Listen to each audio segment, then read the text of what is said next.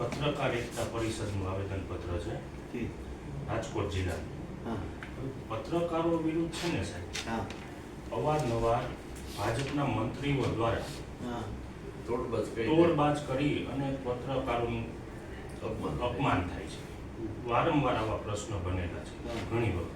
આજ પત્રકારો છે તો પત્રકારો જે એનું પત્રકારત્વ કરે છે તો આજે કહેવત છે કે ઘઉં હોય તો એમાં ધૂળ હોય. બરાબર, 100%. બધાને તોડબાજ કેવા એ પત્રકારનું એક અપમાન છે.